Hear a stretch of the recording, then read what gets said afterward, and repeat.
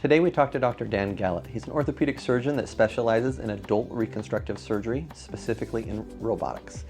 Today we talked about a lot of different things, but one of the ones that I loved the most was his philanthropic work in Africa, where he not only helped patients, but he helped new doctors to learn orthopedic surgery and help a patient base that was in need. We cover a lot of different things, such as when you may need knee surgery, to what's better, a partial or a full knee surgery, and when should you choose which. We hope you enjoy today's episode. So today we're going to be talking with Dr. Dan Galat. I get it right? Mm-hmm. Okay, perfect. Dr. Galat is fantastic. He is an orthopedic surgeon, and he specializes actually in a couple of different unique areas. Specifically, one of them that I think's intriguing is robotics. Mm-hmm. So, Doc, tell us a little bit about how you got started with all this. Like, why'd you want to become a doctor, and then specifically orthopedic surgery, what drew you to it? Yeah, great question. I was always drawn to medicine, even when I was young. I had two older brothers that were surgeons, so they kind of paved a way for me. Then when I went through college, it was pretty easy decision. I did take some time off, though, between undergrad and medical school. Interestingly, I spent some years at seminary. Oh, wow. And was getting some theological training. And I thought, well, maybe somehow I could incorporate that interest with medicine. That would be a really cool job, I guess. Mm-hmm. And I can get into that a little bit later. But then I really felt like medicine was the right path for me. So 6 years after undergrad, I applied to med school and then started. Okay. Yeah. And I know you've actually continued some of that with, you made mention of it just a second ago, doing some really incredible projects in Africa. Yeah. And so it sounds like you're wanting to help people goes much deeper than a lot of people. And the fact that you wanted to be a doctor, it sounds like because you wanted to truly help people in need. But I'd love to hear more from you. That was definitely a big draw. We actually spent 11 years overseas in Kenya. Oh, wow. And treated a lot of patients, a lot of trauma over there, a lot of chronic disease, a lot of pain. Mm-hmm. But yeah, it was an amazing time. We were there from 2008 until 2019. Okay. And what were you doing primarily with that? So I was at two mission hospitals, Mm-hmm. and so just taking care of orthopedic patients. I was doing just orthopedic surgery. And then one thing that was really awesome is that we also started a training program for training national surgeons in orthopedic surgery. So you're that teaching started as well. Yeah, so it was teaching and doing the work. So we started the training programs in 2013, and currently we have more than 20 residents that are all nationals that are in orthopedic training that are going to stay in their countries of origin. That's incredible. And helping. So it was not so much of an addition thing, but more of a multiplication type of process. Now, so that was the most rewarding part. In 2019, you said is when you came back from Yeah. that. Are you still super active with that? Are you doing things there? Still am active, yeah. I go over at least once a year and teach a conference for these residents that are in training. And there's more than 20 ortho residents, but there's almost 100 surgical residents in total. So this is general surgery, orthopedics, neurosurgery, urology, OB-GYN. Wow. And we do what we call a boot camp, where we just get them, on all the basic science stuff and all the basic science for ortho, and run a workshop as well too, teaching them how to nail long bone fractures. Wow. So it's great. And then still on the leadership committees that work to help organize and then fundraise for the training of the residents. So you said there's now hundreds of docs that are there doing these residencies. How many were there when you started the whole program? So when I started at Tenwick Hospital in 2008, I was the only orthopedic surgeon for around 1 million people. Oh my gosh. So I remember the first day I showed up in clinic, here you're happy if you have 20, 30 patients in clinic. First day I came to clinic in Kenya, 140 patients. Oh my goodness. And just waiting out the door, And a lot of that's because the need is so great, and there's just not the same services over there that we have in the West. So Well, and I'm sure they were probably so grateful to even have one Yeah, I mean, I was given a chicken once in Thanksgiving for a surgery that I did on a child. So some interesting things like that. Absolutely. I actually lived in South America for a few years. Similar reason while I was down there. But that's one of the most rewarding things is helping people that truly um, are in need, but Oh not yeah. just in need, but at a level that we oftentimes don't see here in the United States of just, how bad it can get. Right, right. I would say that was the most shocking and eye-opening thing for me being over there was that the extent of the pathology of disease, we catch it so early here, a little bit of arthritic pain in the knee and it's already being treated. But there I saw knees that were so arthritic that the knee was actually bent backwards rather than forwards, That's incredible. just from years and years of worsening disease. So that was definitely eye-opening. So yeah, that's my question then. So obviously this is a really unique experience. Most orthopedic surgeons don't go and spend a big part of their life in Africa helping people. What drew you to want to do that? I'd say a big portion of it was my faith. I really wanted to just serve God in a way that really had meaning to it. We all talk about that, but I thought, man, if I'm going to really put my money where my mouth is, it's going to be a commitment to go. And I did. My wife and I were both fully on board and said, we'll go as long as the doors were open. And for us, that was 11 years. Wow. Part of what complicated our little family, though, big family, I should say, is that we had 3 additional children. So we have a total of 7 kids. Wow. And as our older kids began to graduate from high school, and they graduated from high school over in Kenya, it was a very good educational opportunity for them, and started college, getting married, starting families, we really felt like it was just that we were needed here, Yeah, that makes sense. And, family is also important too. You have to, prioritize the needs that you have in your own family at times too. Yeah, I mean, you got me beat. I have 4 kids. Normally when I talk to people, they're like, oh, you have a lot of kids. Yeah. But you got me beat there.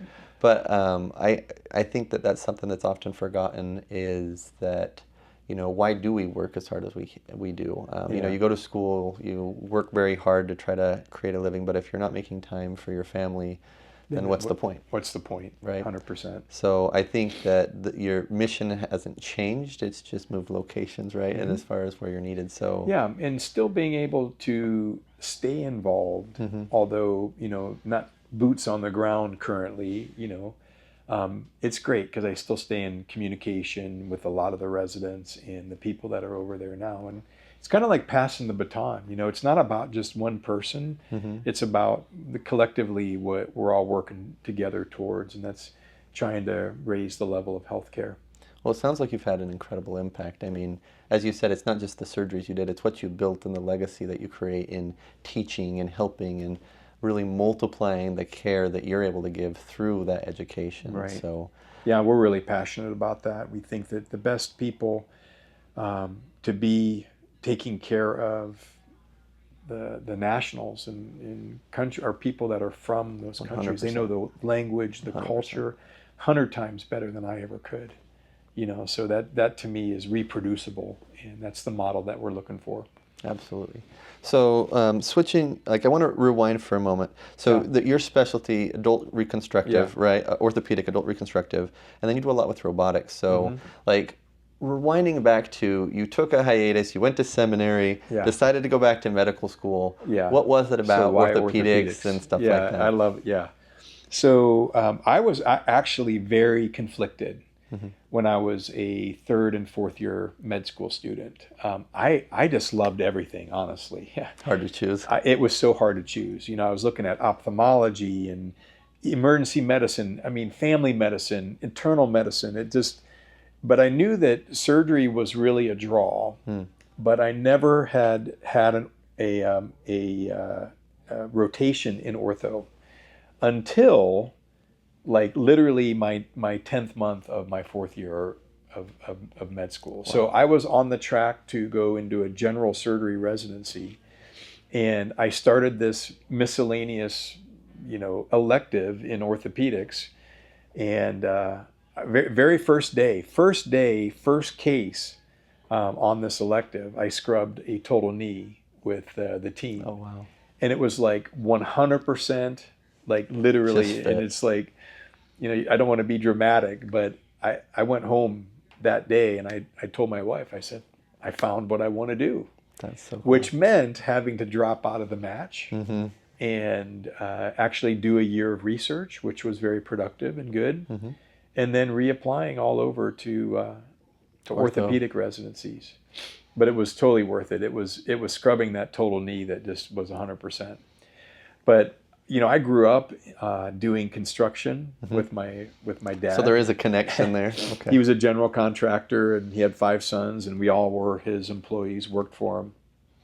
And I mean, it was the same sort of things, the same similar tools, even in the operating room, the saws, the hammers, the cement, and really the 3D spatial knowledge that you have to have. It just intrigued me. Absolutely. So it was there from there, and I always loved adult recon. I did my residency training at the Mayo Clinic in Rochester. Okay, up in Minnesota. And I always just, I was really passionate about hip and knee replacement surgery.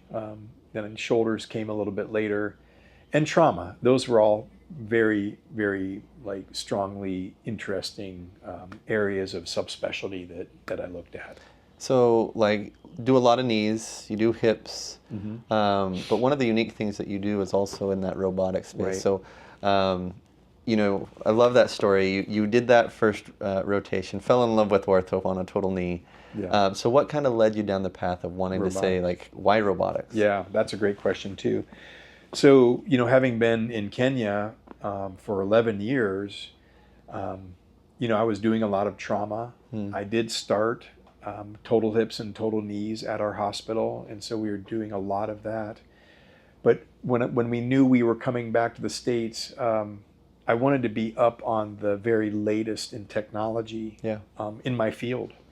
And so I actually applied to do a fellowship, and I got that fellowship here at Mayo, Arizona, which in adult reconstruction, but with a heavy robotics focus. And it was just amazing. I had heard about Mako and the different systems when I was over in Kenya, but never had been exposed to it just because... I'm sure there's a little difference in technology between Kenya and here. Yeah, and it was after my time as a resident, but that was a great year. I had great mentors and just fell in love also with the precision and, the accuracy of the robotics combined, that technology combined with adult recon. I'm 100% sold on it personally, and use it pretty much 100% of the time for all hips and knees, except in certain circumstances. So I mean, for most people, they hear about robotics and it seems like super futuristic, scientific. So why? What type of cases are better to use robotics versus not use robotics? Or what kind of results can you expect from a robotics case that you might not get without the use of those? There's been a lot of research that's been done to compare, robotic versus non-robotics. And a lot of the outcomes in the long run are similar. But what I tell patients is that what it does for me is that it just narrows that bell curve. If you're going to have outliers of, maybe planning something manually and not having it be quite the way you had planned it and maybe a little bit more of an outlier, this just narrows that bell curve. And it just reproduces it pretty much the same way every time. And I think that for me, it just brings a lot of confidence to my patients. Yeah. Brings a lot of confidence to our team in the operating room, because we feel like we're just really, we have our workflow down, and it just really builds for, I think, a lot of just accuracy. Let's take that one step even further back.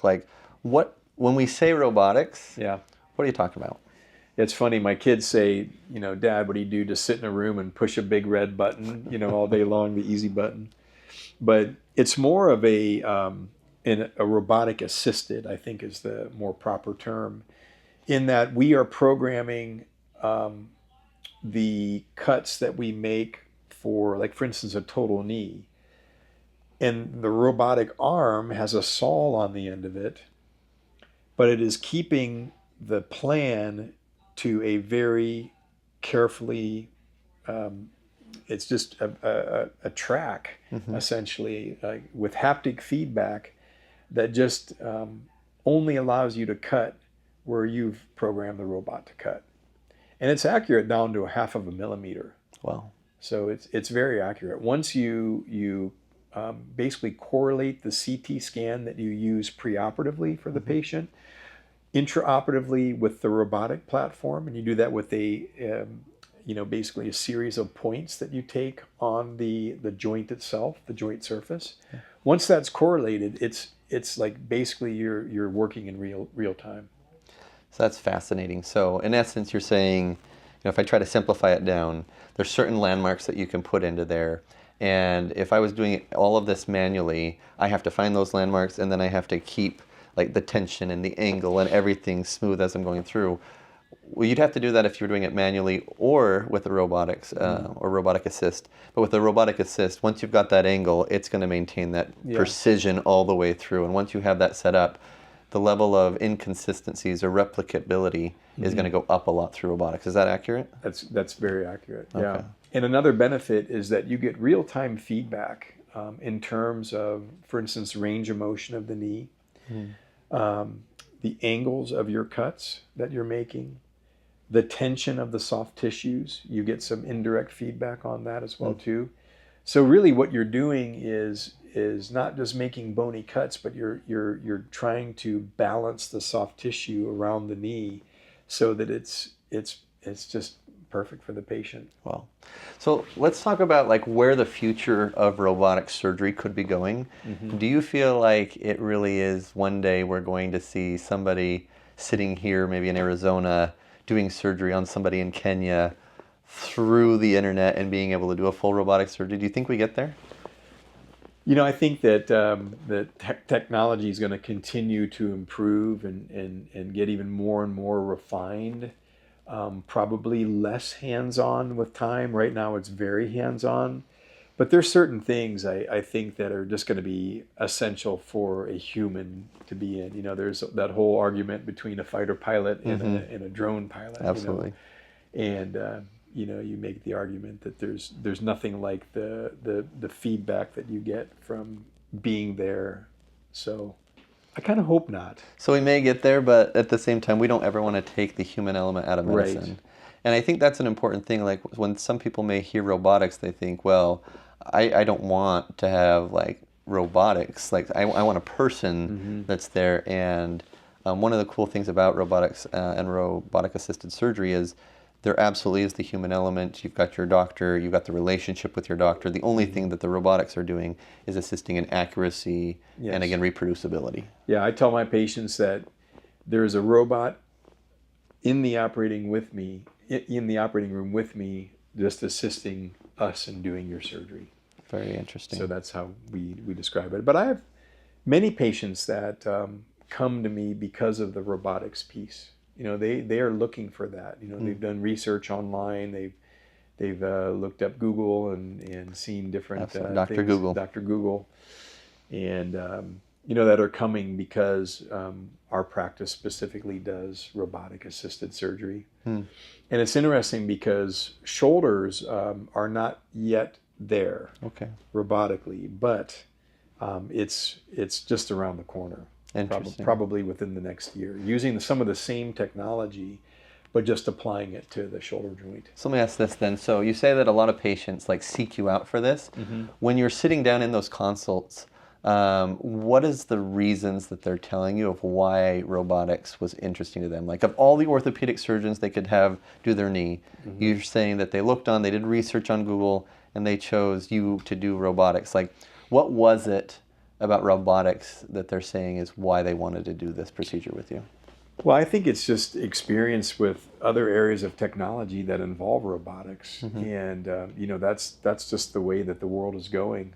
So they want the best technology, they want the newest and cutting edge procedure. And you mentioned reproducibility and accuracy. I think all of those things are a part of it. Now, as surgeons, we're still doing the work. Yeah, you're still doing the surgery. I tell the patients that the robot is not doing the work. I'm telling what the robot to do, and then it assists me in carrying out that plan.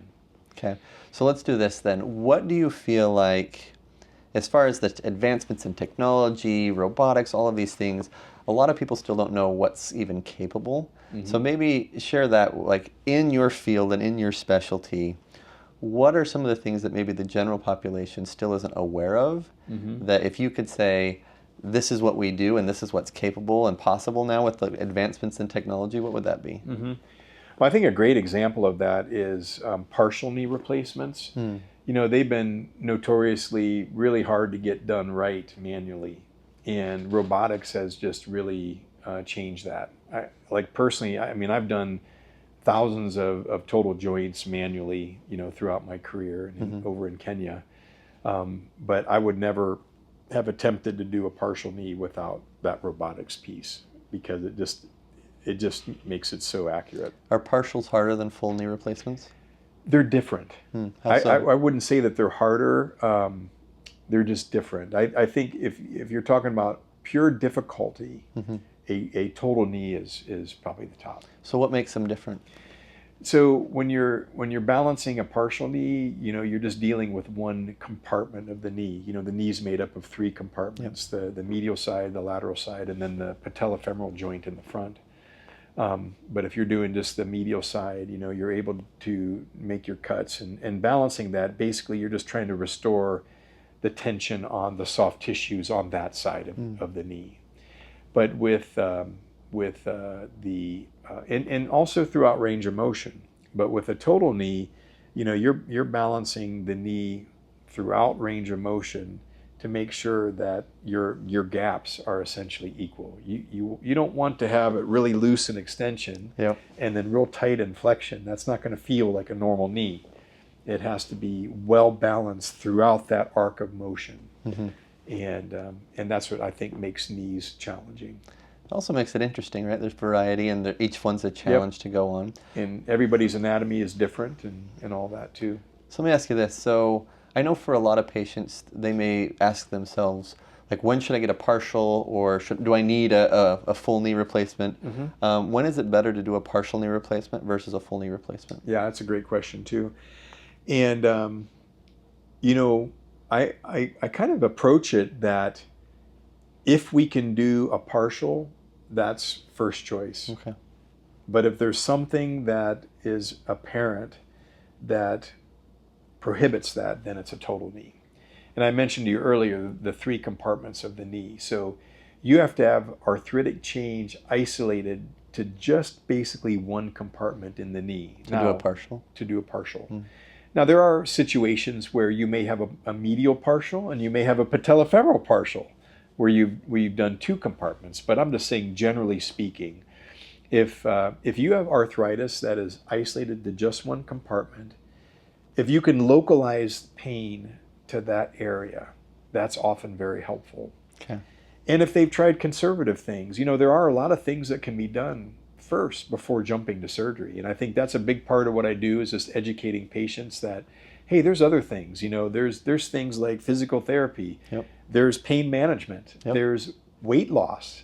There's injections. There's some good knee braces. Knee braces. Right, offloader knee braces. Absolutely, and stuff like that.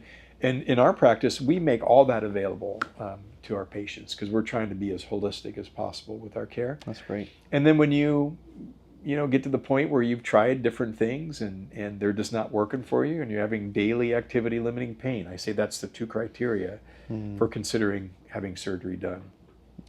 But getting back to the partial, if a patient is able to isolate pain to the medial side of the knee, they have no pain in the front, no patellofemoral pain, those are the patients that do the best with a partial knee.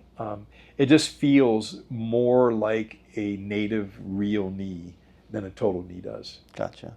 So like if I was to recap what you said, so if you have pain on like the inside of your knee, the outside of your knee, or right under the patella, and you can point to it, that's where we're really looking for, like, this could be a partial knee rather than a full knee because it's focal, you know exactly where it's at, it's reproducible every day, and it's limiting you from functionally doing the things that you want to do. Yep, and I would just corroborate that with x-rays, you know, where you would want to kind of have the same picture. Yeah, You know, you always got to see what's going on, right?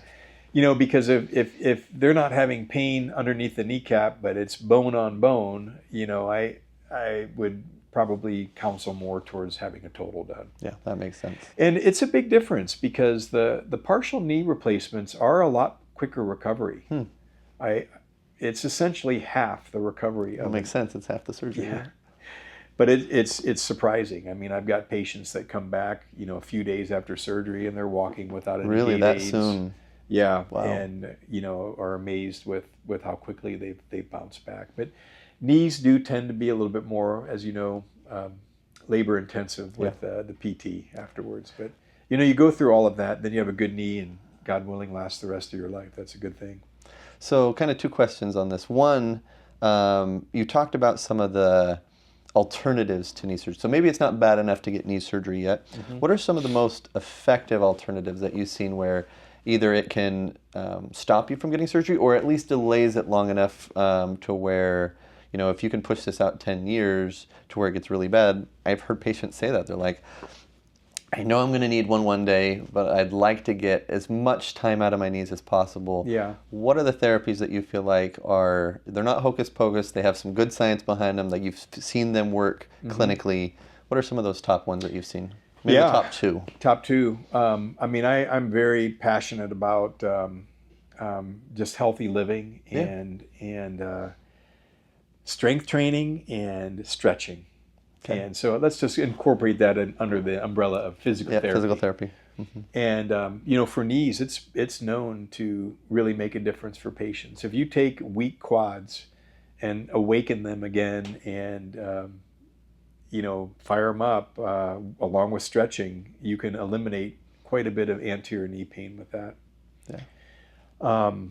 And then, of course, along with that would be any modalities like walking, swimming, you know, water aerobics, where you get the weight off and you're buoyant, you know, water walking, aerobics. Those things are all big. So if you lump those all in one big kind of physical therapy category, I think it's good. But then there's a lot of other options. You know, maybe you've tried those things and you're kind of needing to move the next step. There are different types of injections that we do. And the three main ones, and these are ones that I offer, are cortisone injections. Of course. You know, I mean, it's been used for decades. To forever. Right. And the problem with cortisone is it may give some benefit, but the long-term outcome is questionable. Yes. And the amount of damage that it can actually do to cartilage over time, you know, there's a lot of evidence that suggests that that's one of the actual causes in the long run. And then there's viscosupplementation, and we offer hyaluronic acid, that type of stuff. And those injections, I find that they work great for some people and not so great for others. You know, and I don't want to say 50-50, but it's almost like that. And I tell patients, you may want to just give it a try and see how you do with it. Yeah, I mean, if you're questioning whether to do surgery or not and you haven't tried it, right, it'd be a good thing to try before you do that. So, try it. And if it doesn't work, you could be a good candidate for surgery at that point, right? Exactly. Yeah. Okay. And then the other injection that I offer is PRP, platelet-rich plasma. And I would not offer that in advanced disease, you know, where it's very bone when it's getting bone on bone, it can be a problem. But I've seen some really good results with patients that have, I would call, mild to moderate DJD, where you've got some joint space narrowing and pain with activity. You're just trying to figure out. I've had some really good luck with that. So let me ask you this. How do you think PRP works? Like, maybe you can walk us through, like, what is our hope when we do a PRP injection, and how does it work? Yeah. I think, you know, probably what we know is that the primary means by how it works is through natural reduction of inflammation. And that's how pain is reduced in general. If you can tackle inflammation, then pain goes away, gets less. Yeah. And that's the whole principle behind anti-inflammatory medications. Cortisone does the same thing, but chemically. But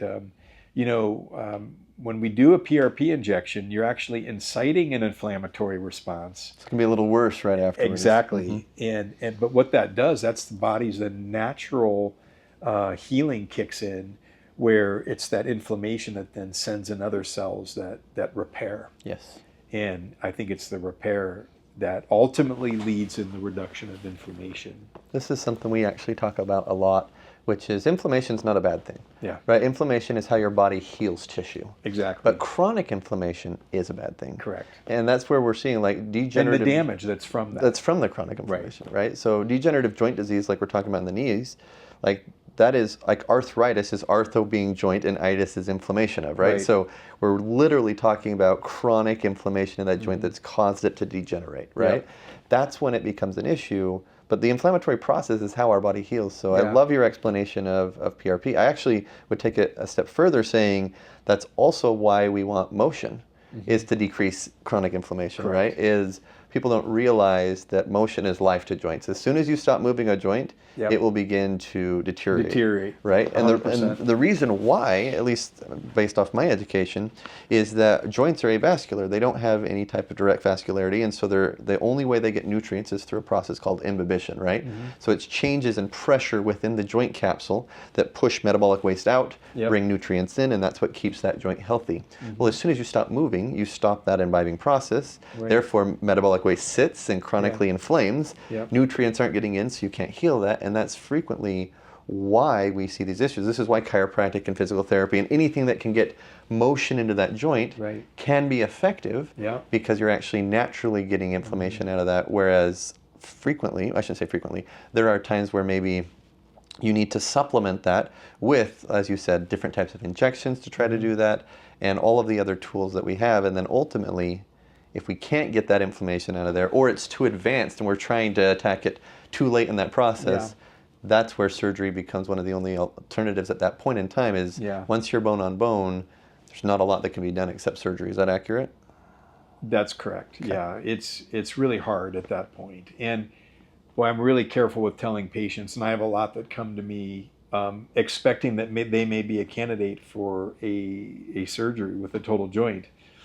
But in further questioning, they're like, well, I can still walk 10 miles and, I've got some achiness the next day, or maybe I'll play pickleball for 4 hours and, gosh, it really gets swollen and hurt after that.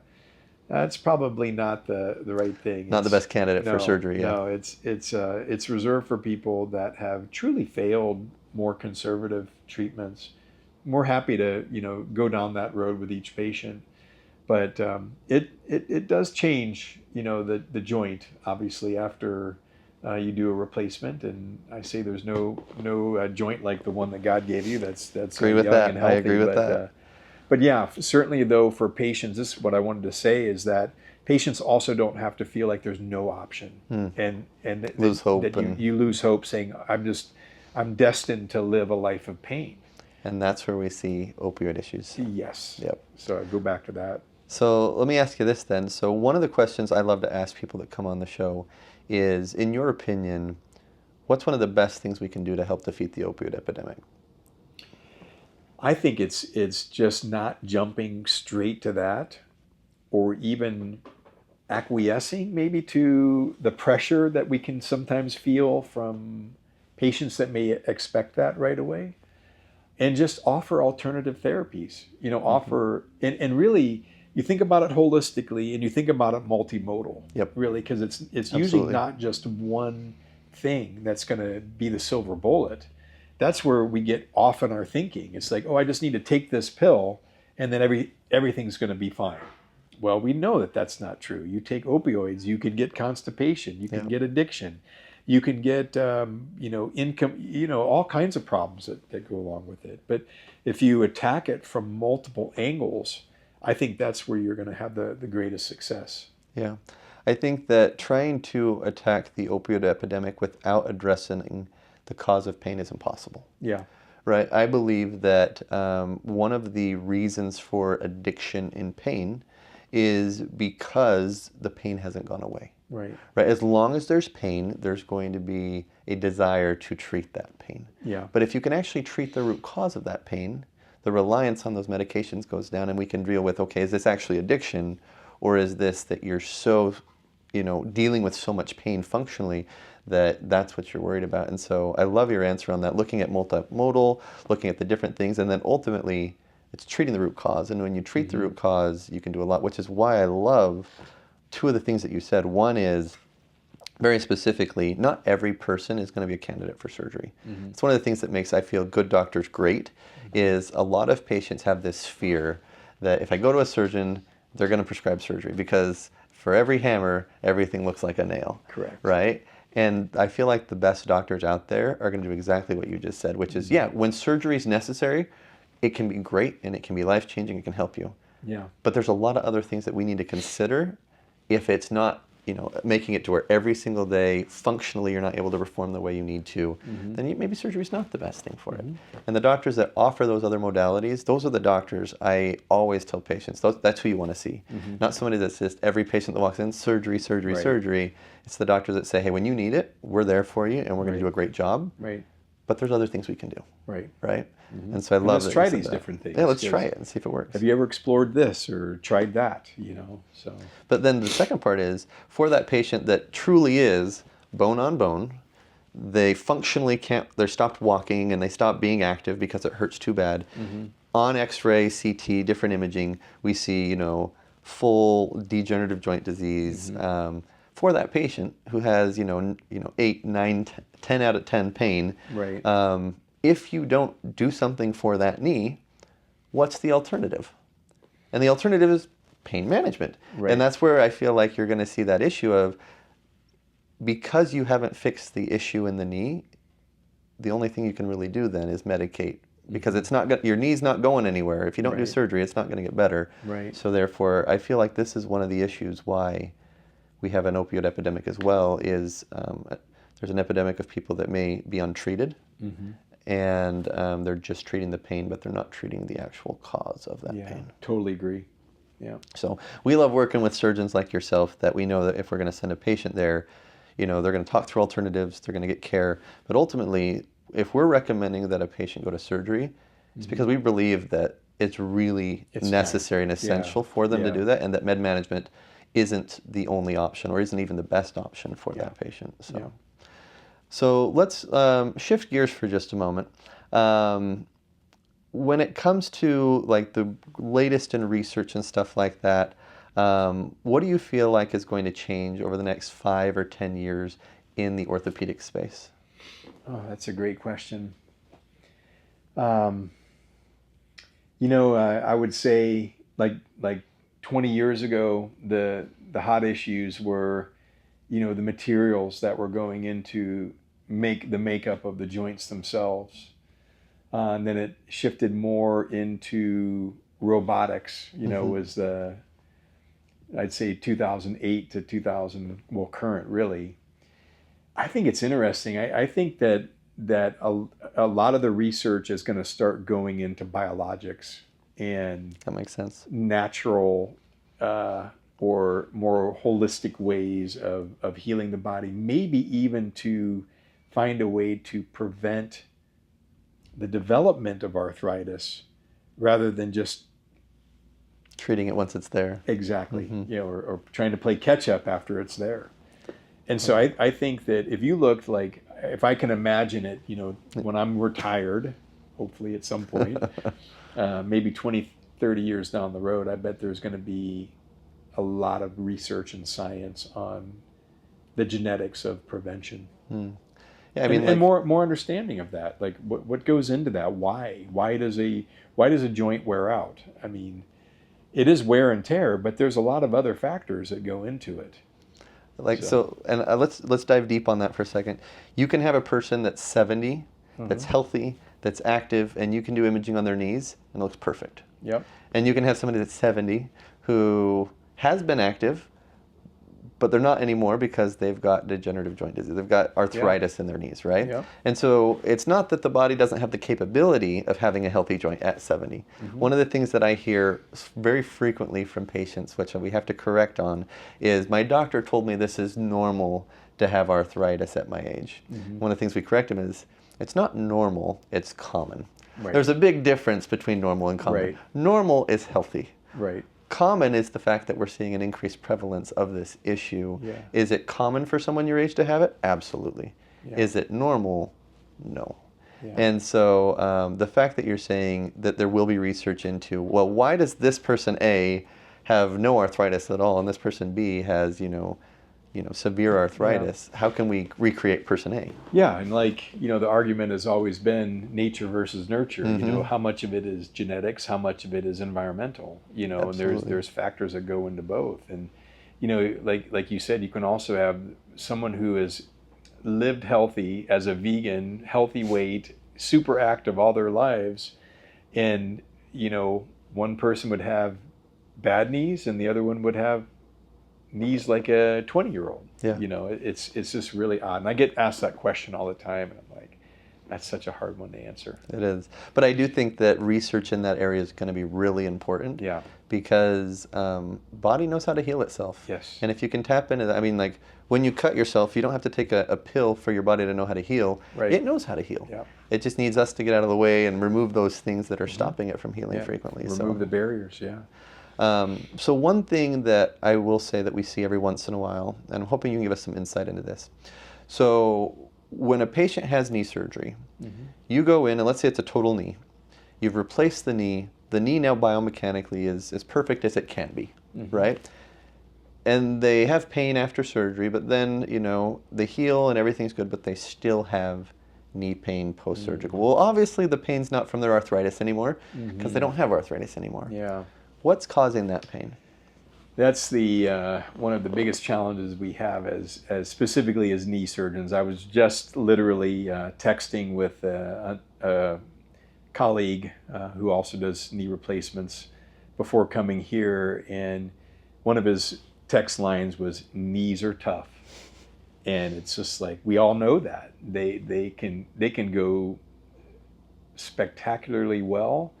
But there's a certain percentage where people may have more chronic pain even after doing the surgery and they've healed.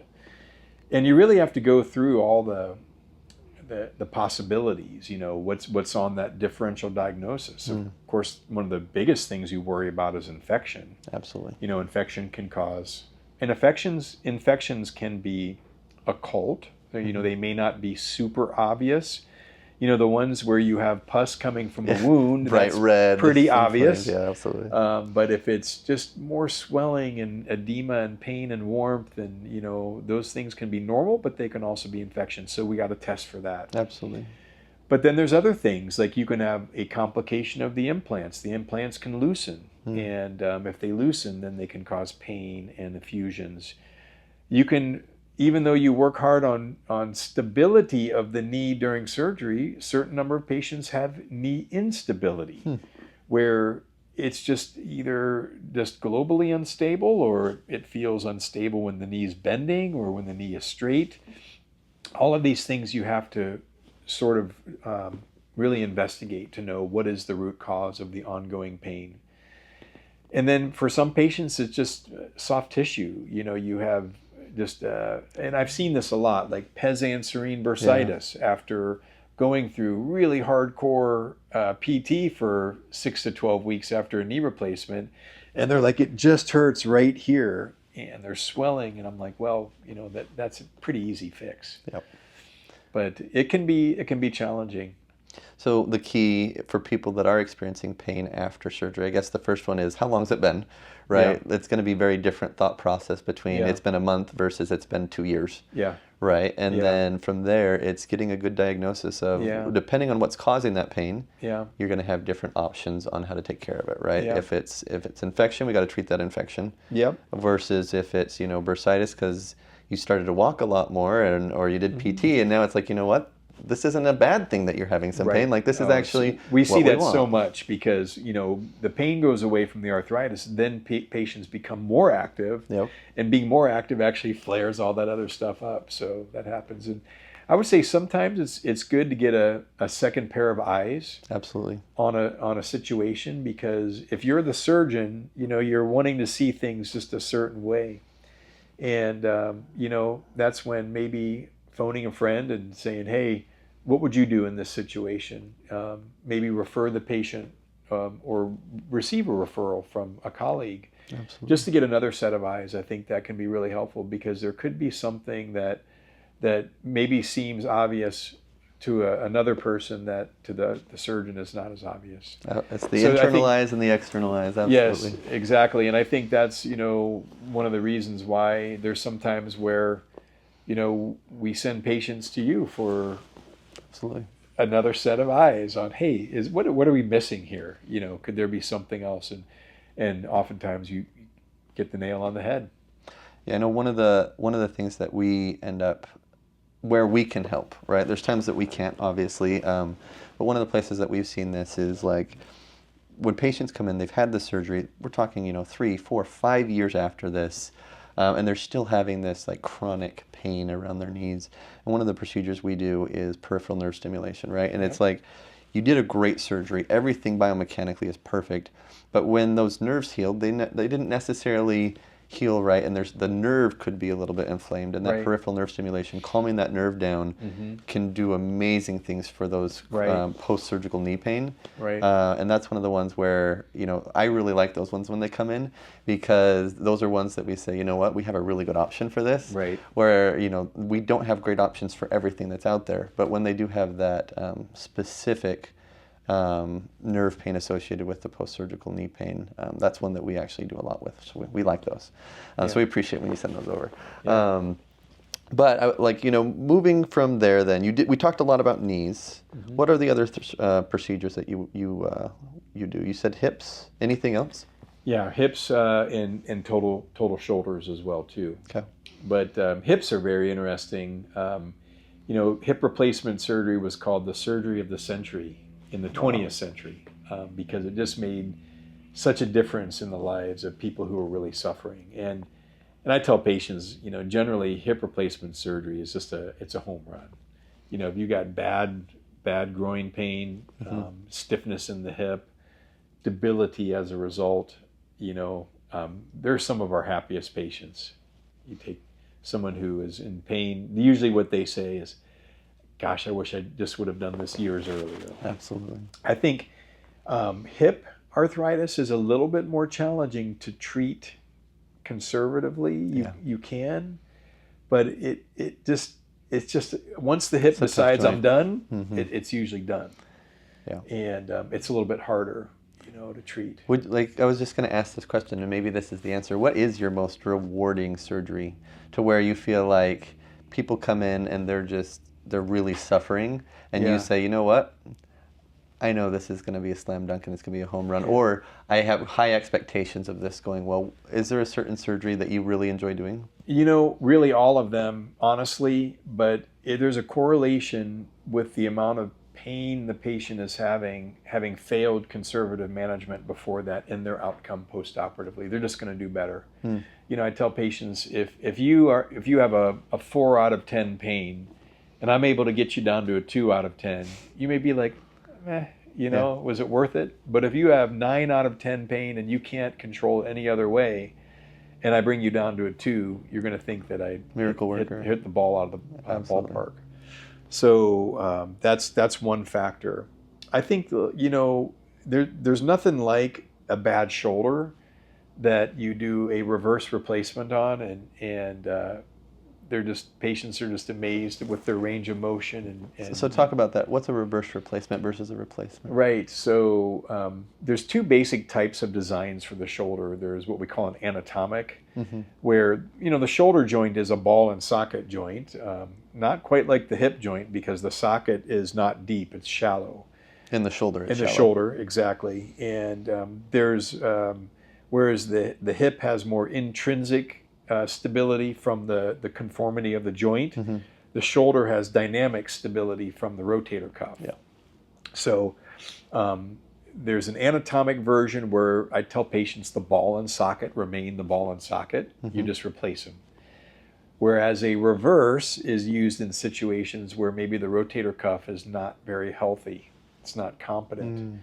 It's not working as it should in terms of its dynamic stabilization.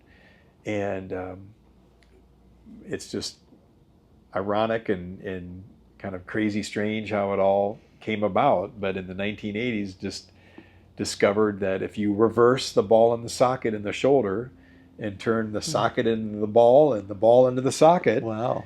and kind of bring the shoulder out and down a little bit, that you don't need the rotator cuff anymore.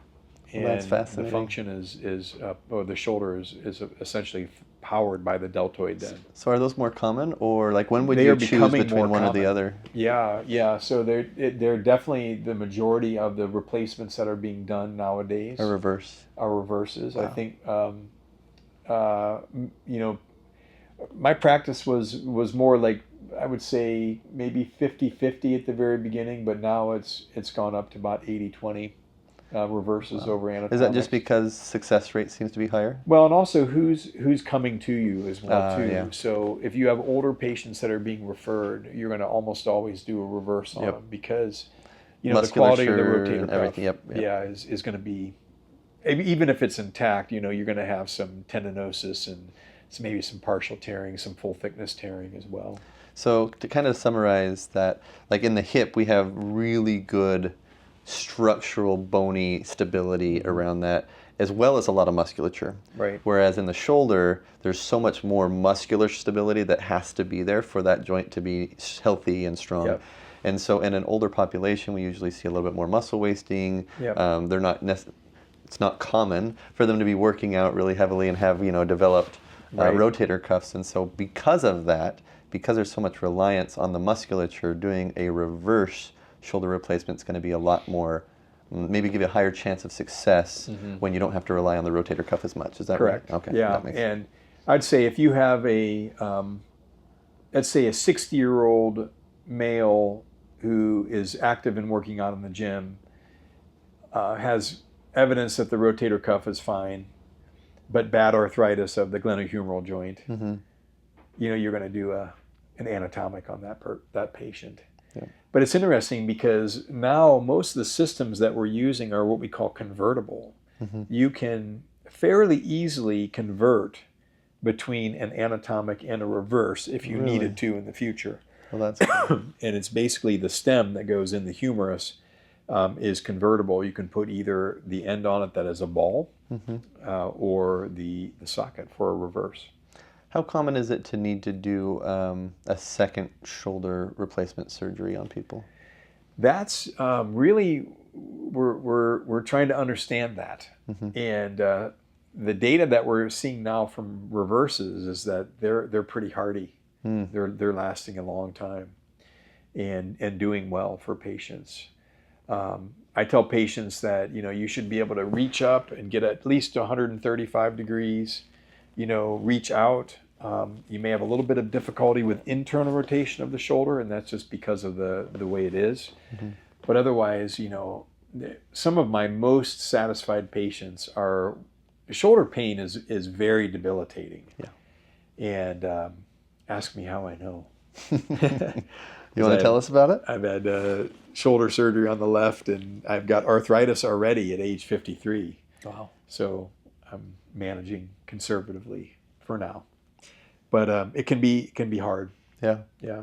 I mean, people oftentimes, I think, don't realize how bad joint pain can be until they have it. Right. Because we take a lot of our joints for granted. Like if it Absolutely. doesn't hurt, you don't think about it, right? Yeah, But you don't as soon think as it about hurts, out of sight, out of mind for sure. But yeah, and one of the things about shoulders that is well known is that it's very common to have pain at night. And if talk about overall health and quality of life, if you're not getting good sleep because you're waking up every hour because of pain, there's a problem with that. Well, not only that, it's like the less sleep you get, the more you're going to be in pain because Exactly. you don't tolerate pain as well, and the pain Right. receptor and all the chemical reactions that happen there. definitely a It's a self-feeding positive cycle. loop right there Yeah. that you don't want to get into. So let's do this then. So obviously we've gone through this great journey of hearing about how you got into this space, some of the amazing procedures that you do. One of the last questions that I like to ask here is if you weren't able to be a doctor, right? Because this is obviously super passionate for you. Maybe you've already answered this when we started this. Yeah. But what would you do if you weren't able to be a doctor? Well, let's just say if I was still doing what I'm doing in with the teaching piece, I would be living overseas and teaching. I think that was the most rewarding thing that I've ever done. And it just was fun. I love cultures and traveling and different foods and meeting new people and all of that. So that was a big thing. Now, some of my other secret desires, I would love to write a novel someday. Okay. What type of novel? I think like a more of an adventure, action, mystery combination. Very fun. Something like that. And I have an idea, but it's been brewing for a long time, but just no time to do it. There's no time. I love cooking. I think one of my dreams is to take a cooking class and learn French cuisine. Yeah. At some point. You watch the Food Network cooking channels? Oh yeah. Oh, for sure. sure. Get a lot of ideas from Beat Bobby Flay. Yeah, it's a fun one. No, that's one of my passions. Is I big time foodie, and it was funny because people were like, well, you cook really well. Why do you cook really well? And I said, because I really like good food. And during school, I didn't have any money. And so the only way I was going to eat good food was if I cooked it myself. And so I find that those two, not always, but oftentimes go together as people that love to eat well frequently learn to cook because they like the food. Out of necessity. So do you like going out to eat too, or do you just do a lot of cooking? Oh, no, both. To me, I need to get your list of favorite restaurants. I'm happy to give you some. To me, here in Arizona, we have awesome food venue. We really do. Yeah. But every meal can be an adventure. Whether you're going out to eat or whether you're at home and eating with your family, I just think that we have such an incredible bounty on this earth of different flavors and different ways. Like you can cook meat thousands of different ways. You can cook vegetables thousands of different ways. And the variety of vegetables so and foods and spices and herbs and everything. To me, I view all that as a gift from God. That's the way I view it. I mean, from that, we're cut from a similar cloth. Yeah. When I was down in Bolivia, I didn't even know they had that many different types of potatoes, for example, like the pink potatoes and blue potatoes and purple potatoes. And part of travel is experiencing, like you said, culture and being able to see how others live. But I also think that it opens your eyes to some of the blessings we have in ways that if you don't take it for granted and you actually look deeper into the communities, can change your perspective on the need for us to come up with real solutions in healthcare, because there's people, as I said, that are truly suffering, and going out and seeing it and feeling it and being with those people and caring for those people can really say, wow, we're very blessed to be here in the United States with the technology we have. But just something as, food scarcity and some of the other things that are there. So to me, I do feel like traveling and experiencing other cultures makes you a better doctor. I think it makes you a better person. And so for those people that haven't done it, I just invite people to go out and experience the wonderful world that we have. There's so much out there to see. So, well, I would say thank you so much for coming in and meeting with us today. Fascinating conversation. And hopefully you've enjoyed this conversation, and we'll go ahead and wrap it up. Yeah, thank you for the invitation. It's been great. Absolutely.